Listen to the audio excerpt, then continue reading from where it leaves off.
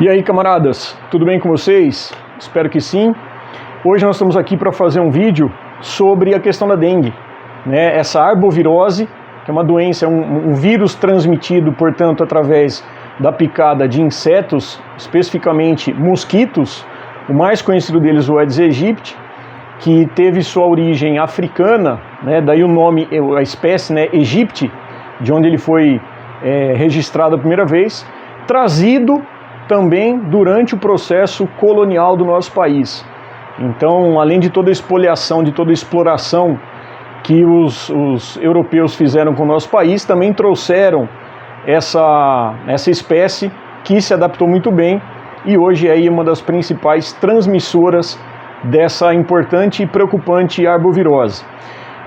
Em 2015 nós tivemos o pior caso de dengue até então registrado no Brasil. Foram mais de 1.680.000 pessoas contaminadas, atingindo aí 81% dos municípios brasileiros. E as projeções para esse ano, 2024, não são das melhores. A gente tem aí um estudo da Fiocruz que projeta aí mais de 4 milhões de casos acontecendo no Brasil. Então nós já estamos aí batendo recorde, né? Hoje, dia 18 de março de 2024, nós já ultrapassamos essa marca de 2015. E é uma doença que, de fato, ela sempre acontece. Ela tem um ciclo de 3, 4 anos, mais ou menos. O que acontece numa situação é que nós tivemos uma freada por conta da pandemia, onde as pessoas, até ficando em casa, puderam cuidar melhor do seu jardim, do seu quintal, tomar maiores cuidados, e aí evitando, portanto, a proliferação desse inseto.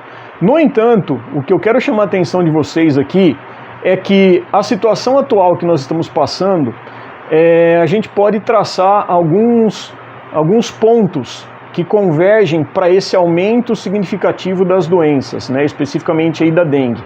Lembrando que o Aedes aegypti, ele não transmite apenas o vírus da dengue, ele também transmite a chikungunya, a zika vírus, a febre oropouche, né, que é um nome esquisitinho, até fiz uma cola aqui para não errar o nome, e a própria febre amarela. Então a gente precisa tomar muito cuidado porque existem situações, inclusive, em que o próprio mosquito pode estar hospedando mais de um desses tipos de vírus. Então qualquer sintoma é buscar ajuda, não tomar qualquer medicamento, até porque dependendo da situação, o que antes a gente chamava de dengue hemorrágica, hoje é dengue grave, né? Ela causa aí pode causar uma complicação e gerando inclusive hemorragia. Principalmente medicamentos à base de mesolida, dipironas, ácido acetil salicílico, né? A nossa aspirina aí. Então, automedicação, principalmente em época de dengue, evitem ao máximo, procurem posto de saúde, unidade básica de saúde, hospital, e vai se tratar, porque a dengue é uma doença séria, né? Um dos principais fatores que ela causa é a inflamação dos vasos sanguíneos, o que vai dificultar, inclusive, o processo de absorção de água. Então, por isso que a hidratação ela é fundamental também, tá? Mas eu não sou médico para ficar falando de sintomas, eu vou falar um pouquinho os dados da biologia, o motivo da gente estar tendo esses casos. Primeira coisa, nós temos 4 sorotipos de dengue. Nós temos a dengue tipo 1, tipo 2, tipo 3 e tipo 4. Circulando atualmente no Brasil, principalmente os sorotipos 3 e 4. O que significa isso? As epidemias que o Brasil passou de dengue, principalmente em 2015, como eu retratei, que foi o pior ano que nós tivemos, as pessoas que foram infectadas, elas acabaram promovendo uma resposta imunológica no seu organismo, criando, portanto, anticorpos. Então, todo aquele processo da geração de anticorpos, tal como uma vacina ocasiona, o vírus da dengue, a pessoa infectada, ela acabou gerando esses anticorpos. Então, a própria pessoa que teve contato com a picada da fêmea, né? Lembrando que é só a fêmea que pica, porque no momento da reprodução, ela precisa das proteínas do sangue para amadurecer seus ovos e aí conseguir ovipositar. E essa pessoa tendo contato novamente com os próprios vírus que ela ficou doente, ela está imunizada. Então, é um dos motivos da gente ter aí situações em que essas pessoas não manifestam a doença. No entanto, a principal população que está sendo afetada são pessoas que não tiveram vírus, obviamente, e as crianças, né, as gerações mais novas. Gerações mais antigas que tiveram dengue, portanto, elas estão mais protegidas. É um dos motivos, inclusive, da gente ter a campanha de vacinação direcionada para crianças de 10 a 14 anos, que a gente está vendo aí que são os principais alvos do Ministério da Saúde, né, do Sistema Único de Saúde. E um dado preocupante também, já aproveito e faço esse apelo para vocês, se tiverem crianças nessa faixa etária, entre 10 e 14 anos, levem ao posto de vacinação. A vacina salva, gente, não caia novamente em mentiras, em fake news falando mal de vacina. A vacina vai proteger o seu filho, a sua filha, o seu irmãozinho, a sua irmãzinha, tá? Então a vacina é extremamente importante. Segundo ponto, importante para a gente estar discutindo. O principal transmissor, de fato, é o Aedes aegypti. No entanto, nós temos uma outra espécie chamada Aedes albopictus, que tem um potencial de adaptação ambiental muito maior do que o Aedes aegypti. Padula, o que significa isso? Significa que o Aedes aegypti, ele já está aclimatado, ele já está no ambiente urbano há muito tempo. O Aedes albopictus, ele consegue sobreviver em temperaturas mais elevadas, inclusive também em temperaturas menores. E por isso que a Europa hoje está em alerta, porque essa nova espécie, nova velha, né, porque não é nova na verdade, ela é nova no ambiente urbano, ela tem uma capacidade de adaptação no ambiente mais frio, o que faz com que ela disperse, portanto, para as regiões que são mais frias, como em alguns casos da Europa, o que pode levar, inclusive, a casos de dengue, essa arbovirose, também nos países que até então não tiveram nenhum caso de dengue. E por que isso está acontecendo? Por que o Aedes albopictus agora é a bola da vez? Por um motivo muito simples, né, que infelizmente é uma realidade: desmatamento e avanço das áreas urbanas. Era uma espécie que estava restrita ao ambiente rural, ao ambiente de mata, só que à medida que nós estamos avançando com desmatamento, seja para o avanço desenfreado, descontrolado das cidades, dos centros urbanos, ou principalmente pelos desmatamentos e o avanço do agronegócio, pelo desmatamento, pelos incêndios, pela criação de pastos para venda de commodities, isso daí fez com que esses animais tivessem duas alternativas: ou eles morriam, ou eles encontravam um mecanismo de adaptação e de sobrevivência no ambiente urbano. E foi isso que aconteceu. Então agora nós estamos convivendo com duas espécies potencialmente transmissoras e bastante preocupantes no ambiente urbano. E casando com essa informação de desmatamento, nós não podemos negar também as mudanças climáticas. Nós estamos aí no final do verão e nós tivemos aí um fenômeno do El Niño, que é um fenômeno natural que sempre ocorre, né, no aquecimento das águas do Pacífico, só que esse fenômeno El Niño foi potencializado pelas mudanças climáticas.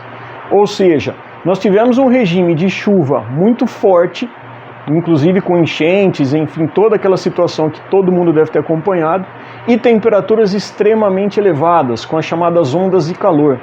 Só até agora nós estamos saindo da terceira onda só nesse ano. Isso tudo é extremamente favorável. O mosquito adora esse tipo de situação, chuva e calor. Por quê? Porque os mosquitos Aedes, né, Aedes aegypti ou Aedes albopictus, eles são animais que nós chamamos, são insetos holometabólicos. Eles apresentam uma metamorfose completa. Do ovo eclodem as larvas, que passam por metamorfoses, gerando uma pupa no ambiente aquático. E dali saem as formas adultas. Curiosamente, o tempo desse ciclo entre o ovo e a fase adulta duraria aí uma média de 12, 13 dias, em ambientes normais, né, em ambientes de temperatura controlada, 26, 27 graus, 28 graus. O que aconteceu? Os estudos já mostram que essa alta temperatura que nós estamos tendo, associado com essas chuvas em abundância, favoreceram um encurtamento do tempo de desenvolvimento desses animais. E aí, ao invés da gente ter 12, 13 dias para um ciclo completo até a saída dos adultos, nós encurtamos para 5, 6 dias. Ou seja, aquele tempo que eu teria uma única geração, agora eu tenho 2 gerações. E qual é a grande preocupação disso também? As fêmeas, que vão durar aí mais ou menos uma média de 40 a 45 dias, elas vão colocar ovos durante o seu processo de reprodução. Então, para isso, ela faz a hematofagia, né? Então, ela suga o sangue das pessoas, né? De animais também, só que os animais não são afetados diretamente pela dengue, né? Mas nós somos. E aí, ao injetar a substância anestésica, para não doer durante a picada que ela vai fazer, ao inocular o anticoagulante, o vírus também acaba entrando no nosso corpo. E aí, durante esse processo que a gente chama de repasto sanguíneo, ela vai automaticamente sugar esse sangue para amadurecer seus ovos. E durante a vida toda, ela vai colocar por volta de aproximadamente 1.500 ovos. A cada novo repasto, ela coloca mais ou menos uns 200 ovos. E para piorar a situação, eu não quero ser aqui também o cavaleiro do apocalipse, só trazer notícia ruim, mas é informação. O motivo da gente precisar controlar esse mosquito, e 75% dos mosquitos, dos focos de mosquito, gente, estão nas nossas casas. Seja a caixa d'água que está aberta, seja o vasinho de planta, seja aquele pedaço de material que está no seu quintal e está acumulando água e você nem vê. Por isso que é importante a gente fazer essa mutirão, gastar aí 5, 10 minutinhos num fim de semana para você verificar se não tem nada que está favorecendo a proliferação desses insetos. Por quê? Porque esses ovos, eles já têm estudos mostrando que eles já são capazes de estarem contaminados com vírus. É o que a gente chama de transmissão vertical. Antigamente a gente acreditava que para uma fêmea estar parasitada, ela precisaria ingerir esse vírus de uma pessoa infectada. Hoje não. Estudos de Goiás, por exemplo, mostraram que não só dengue, né, Zika vírus e chikungunya já foram encontrados entre 3 e 5% dos ovos que as fêmeas ovipositaram.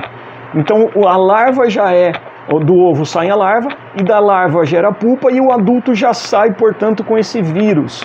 Então é uma outra observação extremamente importante, que não adianta simplesmente nós controlarmos só o adulto. Esse ovo que está ali no ambiente, ele também já tem capacidade de ter o vírus. E digo mais, esses ovos, no ambiente que eles ficam, eles conseguem sobreviver, uma vez que foram colocados num prato, por exemplo, de água de cachorro, né, um pratinho de plástico, de planta, que você não limpou, que você não esfregou para limpar. Esses ovos, se você não colocar água, os estudos mostram que eles ficam até 1 ano vivos. E depois desse 1 ano, se você colocar água, se chover, ele vai gerar novas larvas. Não chegou a ser um trabalho científico, porque eu não publiquei, não fiz nenhuma experimentação prática. Mas eu lembro muito bem, quando eu fazia uma especialização na Unicamp, eu trabalhava com Aedes aegypti, né? A gente fazia testes de repelente. E aí a gente cultivava e criava esses mosquitos em laboratório. E certa vez, uma vez eu colhi esses ovinhos, né? A gente colocava lá num papelzinho filtro para as fêmeas ovipositarem, e eu guardei esses ovinhos. E aí, posteriormente, 5 anos depois, num outro laboratório, já durante meu mestrado lá na Exalc, eu levei esses ovos e eu falei, vamos ver se isso aqui está viável. E acreditem, eclodiram larvas desses ovos, 5 anos depois. Então, é algo para a gente ficar muito esperto, porque não é simplesmente um mosquito adulto. Os ovos são essenciais para o processo de transmissão. A gente precisa fazer com que tudo isso aí seja controlado, porque não é só a nossa casa. A casa do vizinho também pode estar trazendo esses insetos. Muita coisa já mudou da biologia desse animal. Antigamente falava-se, ele só vai picar durante o dia. Não é só durante o dia, até porque durante a noite a gente também tem luminosidade. Ele voa abaixo. Não voa só abaixo, tá? Ele tem um raio de dispersão que do ponto onde ele nasceu equivale a 200 a 300 metros. Então por isso que é importante os bairros que estão com focos, a gente ter maior atenção para a gente ver onde que estão esses pontos de proliferação. E é isso que a gente vai precisar fazer. Até porque são insetos extremamente adaptados para o ambiente urbano, e uma vez que a gente não está tomando as medidas necessárias para o controle, a tendência é isso aí piorar. Então faça a sua parte, fale com o seu vizinho, limpe o seu quintal, cuidado com os pratos de planta, cuidado com a água de cachorro também, não adianta só trocar água, gente, esfrega tá? Porque os ovos ficam ali ovipositados, ficam ali colocados, e a gente precisa tomar muito cuidado. A dengue é uma doença séria e a gente precisa combater para evitar essa situação. E mais uma vez, se você tem criança na sua casa, se você tem parente que é criança entre 10 e 14 anos, leve para vacinação. A vacina salva a vida, gente, tá bom? Espero ter contribuído com vocês com um pouquinho de informação. Passe adiante isso daí. Se gostou, curte aí, compartilhe esse vídeo. Vamos fazer a informação chegar e a gente se vê numa próxima vez. Grande abraço, gente. Até mais.